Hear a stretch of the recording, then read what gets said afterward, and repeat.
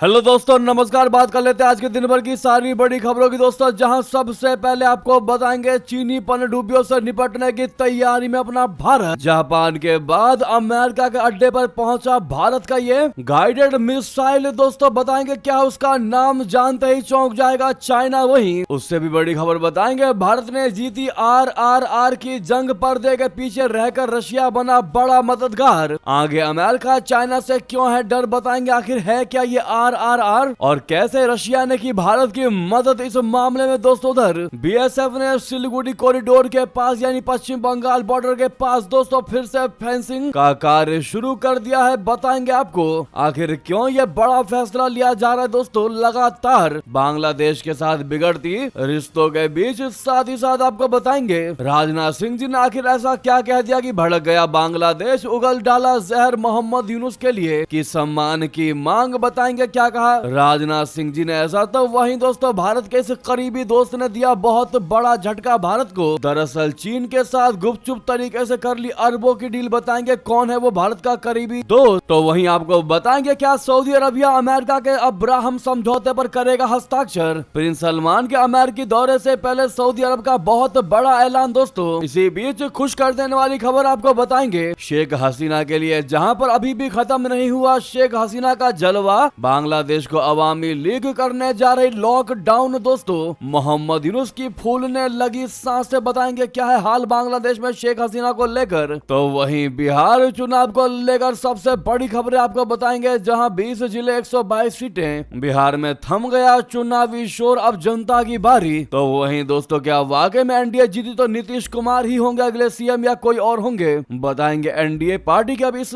बड़े नेता ने भी नई घोषणा कर दी है। दोस्तों एक से एक बेहतरीन खबर हम आपको बताने वाले हैं, बस आप वीडियो के लास्ट तक बने रहिएगा। और खबरों में आगे बढ़ने से पहले भारत की लगातार बढ़ती साख के लिए, लगातार बढ़ते पावर के लिए अगर आप भी भारत का दिल से समर्थन करते हैं तो वीडियो को लाइक करके, चैनल को सब्सक्राइब करके, बेल आइकन दबा के कमेंट में जय हिंद अवश्य कह दीजिएगा। दोस्तों तो अब बात कर लेते हैं पहली सबसे अहम जानकारी की, जहां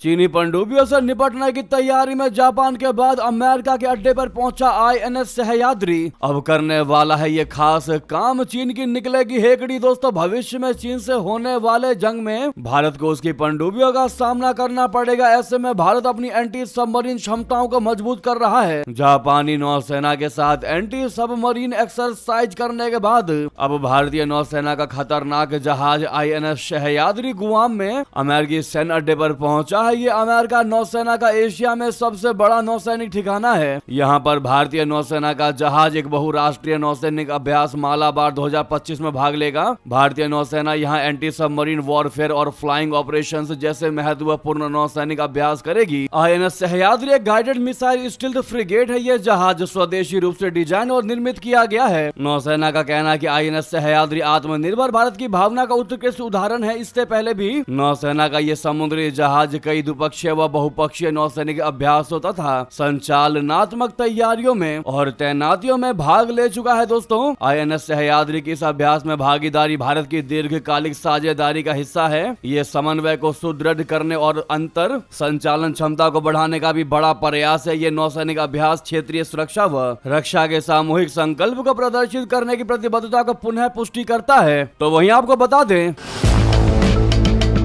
अक्टूबर में शाकाहारी थाली 17% और मांसाहारी थाली करीब 12% सस्ती हुई है। यह जानकारी क्रिसदिल के रोटी राइस रेट यानी RRR इंडेक्स से मिली है। दोस्तों सब्जी और दालों की कीमतों में आई भारी गिरावट की वजह से ऐसा हुआ। इसका सस्ते रूसी तेल के अप्रत्यक्ष लाभ से भी कनेक्शन है। कच्चे तेल की कम कीमतों ने लॉजिस्टिक्स की लागत को कम रखने में मदद की है। इससे खाद्य पदार्थों की खुदरा कीमतें कंट्रोल में रही। इसका भारत को सीधा फायदा मिला। हालांकि भारत का यह आर्थिक संतुलन अमेरिका और चीन के बीच भू राजनीतिक और व्यापारिक तनाव से चुनौती झेल रहा है। दोस्तों अमेरिका रूसी तेल खरीद के लिए भारत पर टैरिफ लगाकर दबाव बना रहा है। इससे भारत का तेल आयात बिल 9-11 अरब डॉलर के आसार बढ़ने के आसार है। ये महंगाई को फिर से बढ़ा सकता है आगे, यही सबसे बड़ा खतरा दिखाई दे रहा है। दोस्तों क्रिसदिल रिपोर्ट के मुताबिक आलू के दाम 31% कम हुए क्योंकि रबी की फसल अच्छी हुई। टमाटर 40% सस्ता हुआ क्योंकि पश्चिमी और दक्षिणी बाजारों से अच्छी सप्लाई आई। प्याज के दाम सबसे सबसे ज्यादा 51% गिरे। ऐसा इसलिए हुआ क्योंकि व्यापारी नई खरीफ फसल आने से पहले अपना स्टॉक खाली कर रहे थे और निर्यात की मांग भी कम थी। जी हाँ दोस्तों, दालों के दाम 17% घटे। इसका बड़ा कारण दालों का आयात बढ़ना भी है। बंगाल चने का आयात 9 गुना बढ़ा, पीली मटर 85% और उड़द 31% ज्यादा आयात हुई। वहीं त्योहारी मांग के कारण वनस्पति तेल 11% महंगा हुआ और एलपीजी के दाम 6% बढ़े। इन वजहों से थाली की लागत में और ज्यादा कमी नहीं आ पाई। लेकिन अगर कुल मिलाकर देखें दोस्तों, तो आरआरआर की जंग अपने भारत ने वाकई में जीती और शाकाहारी थाली 17% और मांसाहारी थाली 12% सस्ती हुई है भारत में। ये खबर और ये रिपोर्ट तब निकलकर सामने आ रही है जब आपको पता होगा पाकिस्तान में दालों की कीमतें हाइपर है, टमाटर की कीमतें हाइपर हैं, आटे की शॉर्टेज है और इन खाद्य पदार्थों को प्राप्त करने के लिए पाकिस्तानी लोगों में महामारी फैली हुई है, मारामारी चलती दिखाई दे रही है दोस्तों। इस बीच इस रिपोर्ट का आना वाकई में पाकिस्तानियों को तो ये रियलाइज जरूर करवा देगा कि भारत के लिए तुम उल्टा सीधा जरूर बोलते हो, लेकिन रियलिटी यही है कि भारत जैसा कभी पाकिस्तान बन नहीं सकता और भारत ने हमेशा से ही अपने नागरिकों के हित में ही कार्य किया है। ऐसे में दोस्तों, अपने देश भारत के लिए आपकी क्या राय है बताना बिल्कुल मत भूलिएगा। पाकिस्तान को आप क्या मैसेज देना चाहेंगे जो बार बार भारत को कमजोर समझने की कोशिश करता है। अगली खबर की बात करते हैं जहां पर बीएसएफ ने सिलीगुड़ी कॉरिडोर यानी पश्चिम बंगाल के पास फिर से फेंसिंग करना शुरू कर दिया है दोस्तों। बॉर्डर पर बाड़बंदी करनी शुरू कर दिया। क्या है इसके पीछे का मुख्य कारण आपको बता दें। मुख्य कारण राष्ट्रीय सुरक्षा, सीमा पार अवैध गतिविधियों को रोकना और उत्तर पूर्वी राज्यों की भौगोलिक सुरक्षा को सुनिश्चित करना है। यह इलाका सामरिक रूप से बहुत संवेदनशील है क्योंकि यह केवल 20 से 30 किलोमीटर चौड़ा चिकन नेक यानी सिलीगुड़ी कॉरिडोर है जो पूरे उत्तर पूर्व को मुख्य भारत से जोड़ता है। इस कॉरिडोर से रेलवे, सड़क, तेल, गैस पाइपलाइन और पावर ग्रिड जैसी महत्वपूर्ण कनेक्टिविटी और भंडारण क्षेत्र गुजरते हैं। आखिर क्यों है जरूरी है ये फेंसिंग आपको बता दें। सीमा पर हाल के वर्षों में बांग्लादेश की ओर से हिंसा, अवैध घुसपैठ, रोहिंग्या शरणार्थियों की घुसपैठ और पाकिस्तान की आईएसआई द्वारा आतंकी गतिविधियों की कोशिशें मिली हैं, जिससे सुरक्षा का खतरा बढ़ गया है। पशु तस्करी, इंसानी तस्करी, हथियार और ड्रग्स की तस्करी जैसी अपराध भी इस रूट से होते हैं, जिन्हें रोकने के लिए फेंसिंग बेहद जरूरी है दोस्तों। बांग्लादेश ने कई बार आपत्ति दर्ज कराई है, खासकर जब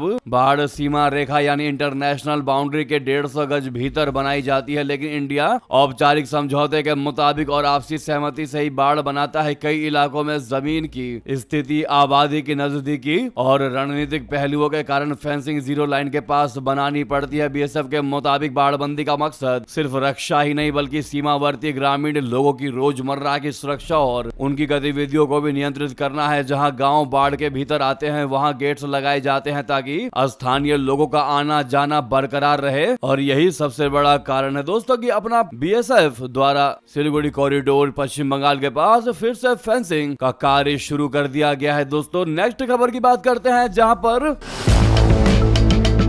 आखिर राजनाथ सिंह जी ने इधर क्या कह दिया कि भड़क गया बांग्लादेश, उगलने लगा जहर। दोस्तों, बांग्लादेश में मोहम्मद यूनुस के नेतृत्व वाली अंतरिम सरकार ने रक्षा मंत्री राजनाथ सिंह जी के खिलाफ जमकर जहर उगला। उसने राजनाथ सिंह जी की मोहम्मद यूनुस पर की गई हालिया टिप्पणियों को गलत और शिष्टाचार और कूटनीतिक शिष्टाचार के प्रति असम्मानजनक बताया है। हालांकि बांग्लादेश ने यह भी कहा है कि वो भारत के साथ पारस्परिक रूप से लाभकारी संबंधों के प्रति प्रतिबद्ध है। बांग्लादेश ने राजनाथ सिंह जी के से मोहम्मद यूनुस के प्रति सम्मान की मांग की है। जी हाँ, बांग्लादेशी विदेश मंत्रालय के प्रवक्ता एस.एम. महबूबुल आलम ने रक्षा मंत्री राजनाथ सिंह जी के बयान पर कहा कि हमारा मानना है कि राजनाथ सिंह जी की टिप्पणियां गलत और अनुपयोगी हैं और शिष्टाचार और कूटनीतिक शिष्टाचार के प्रति असम्मानजनक हैं। आलम ने कहा कि भारतीय रक्षा मंत्री द्वारा मुख्य सलाहकार प्रोफेसर यूनुस के बारे में की गई हालिया टिप्पणियों ने उनका ध्यान आकर्षित किया है। दोस्तों, उन्होंने दोहराया कि बांग्लादेश संप्रभु, समानता, एक दूसरे के मामलों में हस्तक्षेप न करने और आपसी सम्मान पर आधारित भारत के साथ पारस्परिक रूप से लाभकारी संबंधों के लिए प्रतिबद्ध है। आलम ने आगे कहा कि बांग्लादेश का यह भी मानना है कि दृष्टिकोणों में मतभेदों को रचनात्मक और सम्मानजनक बातचीत के माध्यम से सबसे अच्छे ढंग से सुलझाया जा सकता है। दोस्तों, राजनाथ सिंह जी ने मोहम्मद यूनुस को लेकर क्या कहा था, जिनको नहीं पता उनको बता दें। राजनाथ सिंह जी ने मोहम्मद यूनुस के भड़काऊ बयानों और पाकिस्तानी जनरल को बांग्लादेश के गलत मानचित्र वाली तस्वीर भेंट करने के सवाल पर कहा था कि ये बहुत दुर्भाग्यपूर्ण है और उन्हें ऐसी हरकतों से बचना चाहिए। हम अपने पड़ोसी देशों के साथ बेहतर संबंध बनाए रखना चाहते हैं, हम अपने पड़ोसी देशों के साथ किसी भी तरह का तनाव नहीं चाहते।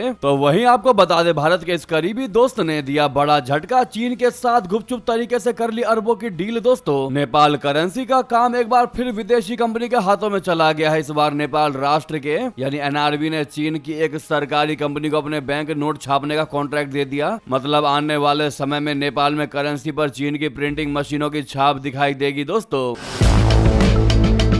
7 नवंबर 2025 को नेपाल राष्ट्र ने आधिकारिक रूप से यह घोषणा की है कि China bank note printing and minting corporation यानी सीबीपीएमसी को नेपाल के करेंसी नोट छापने का जिम्मा सौंपा गया है। बैंक की ओर से कंपनी को इस काम के लिए लेटर ऑफ इंटेंट भी जारी कर दिया गया है, जिससे यह समझौता अब लगभग तय हो चुका है। इस कॉन्ट्रैक्ट की कीमत लगभग 2 अरब 27 करोड़ नेपाली रुपए यानी कि 16.98 मिलियन अमेरिकी डॉलर बताई जा रही है। इस प्रोजेक्ट के तहत चीन की यह कंपनी न सिर्फ नोट छापेगी बल्कि उनकी डिजाइनिंग, सप्लाई और डिलीवरी को भी पूरी जिम्मेदारी निभाएगी। ये नेपाल के करेंसी सिस्टम से जुड़ा अब तक का सबसे बड़ा सौदा माना जा रहा है। दोस्तों, ऐसे में सबसे बड़ा सवाल तो यह है कि नेपाल ने प्रिंटिंग प्रेस के लिए इन नोट छापने के लिए सिर्फ चीन को ही क्यों चुना। तो आपको बता दें, नेपाल राष्ट्र बैंक का कहना है कि यह कॉन्ट्रैक्ट चीन को इसलिए दिया गया क्योंकि कंपनी ने पहले भी नोटों की क्वालिटी, सिक्योरिटी, फीचर्स और समय पर डिलीवरी में बेहतरीन प्रदर्शन किया था। नेपाल चाहता है कि उसके करेंसी नोट अंतरराष्ट्रीय मानकों पर सुरक्षित और टिकाऊ हो। हालांकि नेपाल में इस फैसले को लेकर कुछ चिंताएं और बहसें भी चल रही हैं। कुछ विशेषज्ञों का कहना है कि करेंसी जैसी संवेदनशील चीजें किसी विदेशी देश से छपवाना राष्ट्रीय सुरक्षा जोखिम हो सकता है, लेकिन एनआरबी का कहना है कि ये सिर्फ तकनीकी और व्यावसायिक निर्णय है। आपकी जानकारी के लिए आपको बता दें कि नेपाल के पास अभी तक अपनी नोट प्रिंटिंग प्रेस नहीं है, यानी वो खुद से नोट नहीं छाप सकता, उसके पास ऐसी सुविधाएं नहीं है, इसीलिए उसको चीन का सहारा लेना पड़ रहा। हालांकि वो भारत का भी सहारा ले सकता था, न जाने दोस्तों इस मामले में उसने भारत को क्यों नहीं चुना। हालांकि जो उसने रीजन बताया वो रीजन फुलफिल भारत भी कर सकता था। आपको क्या लगता है दोस्तों? आपने अपनी राय देना बिल्कुल मत भूलिएगा। क्या इसके पीछे कोई और कारण है, ये दलीलें झूठी हैं? क्या लगता है दोस्तों? आपको बताइएगा जरूर। अगली खबर की बात करते हैं, जहां पर अमेरिकी राष्ट्रपति डोनाल्ड ट्रंप अब सऊदी अरबिया पर इजराइल के साथ संबंधों को सामान्य बनाने का दबाव डाल रहे हैं। हालांकि सऊदी अरब के क्राउन प्रिंस मोहम्मद बिन सलमान ने अमेरिकी दौरे पर ऐसा होने की संभावना कम बताया है। मोहम्मद बिन सलमान इस महीने व्हाइट हाउस का औपचारिक दौरा करने वाले हैं। उनके इस दौरे को अमेरिका सऊदी अरब संबंधों के लिए बेहद खास माना जा रहा है। इजराइल और सऊदी अरब में दशकों पुरानी दुश्मनी है। ऐसे में अगर ट्रंप इन दोनों देशों के बीच राजनयिक संबंध स्थापित कर देते हैं तो मध्य पूर्व के राजनीतिक और सुरक्षा परिदृश्य बदल सकते हैं और इससे इस क्षेत्र में अमेरिकी प्रभाव और मजबूत हो सकता है। डोनाल्ड ट्रंप ने पिछले महीने कहा था कि हमें उम्मीद है कि सऊदी अरब बहुत जल्द उन अन्य मुस्लिम देशों में शामिल हो जाएगा जिन्होंने इजराइल के साथ संबंधों को सामान्य बनाने वाले 2020 अब्राहम समझौते पर हस्ताक्षर किए हैं। लेकिन रियाद ने राजनयिक माध्यमों से वॉशिंगटन को संकेत दिया है कि उसका रुख नहीं बदला है। वो तभी हस्ताक्षर करेगा जब फलस्तीनी राज्य के लिए एक रोड मैप पर सहमति होगी। उन्होंने कहा कि इसका उद्देश्य कूटनीतिक गलतियों से बचना और किसी भी सार्वजनिक बयान से पहले सऊदी और अमेरिकी रुखों में तालमेल सुनिश्चित करना है। साथ ही बता दें, पाकिस्तान में बहुत बड़ा उलटफेर, आर्मी चीफ को सुप्रीम पावर तो शहबाज शरीफ ने टेक दिए घुटने। दोस्तों, पाकिस्तान में क्या सब कुछ आर्मी के हाथ में चला जाएगा? इस वक्त वहां जो भी कुछ चल रहा है उससे तो यही नजर आ रहा है। एक और पाकिस्तानी आर्मी चीफ आसिम मुनीर को सुप्रीम पावर देने के लिए सरकार नया बिल पेश करने वाली है। वहीं दूसरी ओर प्रधानमंत्री शहबाज शरीफ ने घुटने टेक दिए हैं। शहबाज शरीफ ने एक्स पर लिख दिया कि कुछ लोग चाहते हैं कि मुझे और ताकत मिले, लेकिन मैं जनता के प्रति जवाबदेह रहना चाहता हूं। मुझे और ताकत की आवश्यकता नहीं है। तो आखिर ये खेल क्या है? सबसे पहले बात करते हैं उस संशोधन की जिसके बाद पाकिस्तान की राजनीति में खलबली मच गई है। कुछ सीनेटरों ने संसद में एक प्रस्ताव पेश कर दिया था जिसके तहत प्रधानमंत्री को उनके कार्यकाल के दौरान मुकदमों और कानूनी कार्रवाई से छूट यानी इम्यूनिटी देने की बात कही गई थी। सीधी भाषा में कहें तो अगर ये प्रस्ताव पास हो जाता तो प्रधानमंत्री शहबाज पर किसी भी भ्रष्टाचार या कानूनी केस का असर नहीं होता जब तक वो पद पर हैं। लेकिन जैसे ही ये बात मीडिया में आई, विपक्ष ने शोर मचा दिया दोस्तों की शहबाज शरीफ अपने लिए कानूनी ढाल तैयार कर रहे हैं, कवच तैयार कर रहे हैं। मामला बिगड़ता देख शहबाज शरीफ खुद को सफाई देने के लिए मैदान में उतर गए। उन्होंने बताया, बयान जारी किया कि मैंने देखा है कि हमारी पार्टी के कुछ सीनेटरों ने प्रधानमंत्री को इम्यूनिटी देने का संशोधन पेश किया है। ये कैबिनेट के मंजूर मसौदे का हिस्सा नहीं था। मैंने निर्देश दिया है कि इसको तुरंत वापस ले लिया जाए। शहबाज शरीफ ने यह भी कहा कि ये एक चुना हुआ प्रधानमंत्री अदालत और जनता दोनों के प्रति जवाबदेह होना चाहिए। यानी उन्होंने साफ कर दिया कि वो खुद किसी छूट के पक्ष में नहीं है। जी हाँ, अब सवाल ये उठता है कि अगर ये प्रस्ताव उनकी मंजूरी के बिना पेश हुआ तो फिर किसके इशारे पर हुआ? पाकिस्तान के सियासी हलकों में यह चर्चा है कि यह संशोधन दरअसल सेना से बढ़ती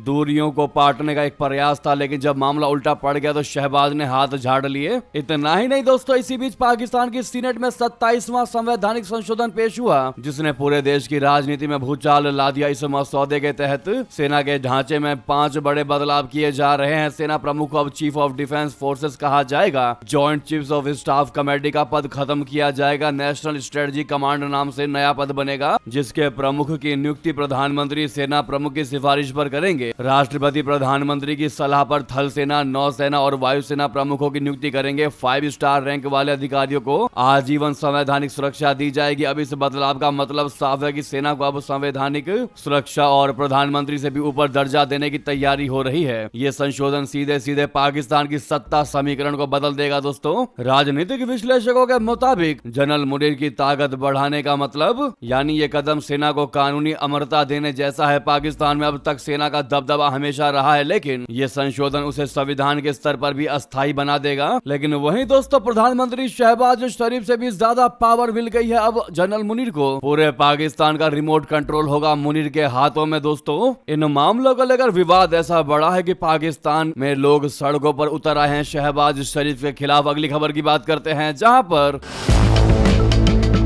अभी खत्म नहीं हुआ शेख हसीना का जलवा। बांग्लादेश को अवामी लीग करने जा रही लॉकडाउन यूनुस की फूल रही सांसें। दोस्तों, बांग्लादेश के पूर्व प्रधानमंत्री शेख हसीना का जलवा अभी भी कायम है। दोस्तों, अभी भी कम नहीं हुआ। उनकी अवामी लीग पार्टी आगामी 13 नवंबर को बांग्लादेश को पूरे तरीके से लॉकडाउन करने जा रही है। ये सुनकर मोहम्मद यूनुस सरकार की सांसें फूलने लगी हैं। लिहाजा पूरे देश में हाई अलर्ट जारी कर दिया गया है। इस बाबत पुलिस ने ढाका लॉकडाउन कार्यक्रम से पहले रविवार को राजधानी में बड़े पैमाने पर समन्वित सुरक्षा अभ्यास किया। कई समाचार पत्रों ने ढाका मेट्रोपॉलिटन पुलिस के अज्ञात सूत्रों के हवाले से बताया कि संभावित हिंसक विरोध प्रदर्शनों को रोकने के लिए शनिवार को लगभग 7,000 पुलिस कर्मियों ने अंतरिम सरकार प्रमुख मोहम्मद यूनुस के आवास समेत 142 महत्वपूर्ण स्थानों पर अभ्यास किया। यह अभ्यास दोपहर 4 बजे से शाम 5 बजे तक चला, जिसमें डीएमपी के विभिन्न इकाइयों के जवान दंगा रोधी उपकरणों और स्टील हेलमेट पहने प्रमुख चौराहों पर तैनात दिखाई दिए। यह विरोध प्रदर्शन मौजूदा अंतरिम सरकार की कार्य प्रणालियों के खिलाफ है। इससे सरकार सख्ते में है। प्रत्यक्षदर्शियों के अनुसार ढाका में पुलिस की भारी मौजूदगी ने शहरवासियों में 13 नवंबर को कानून व्यवस्था की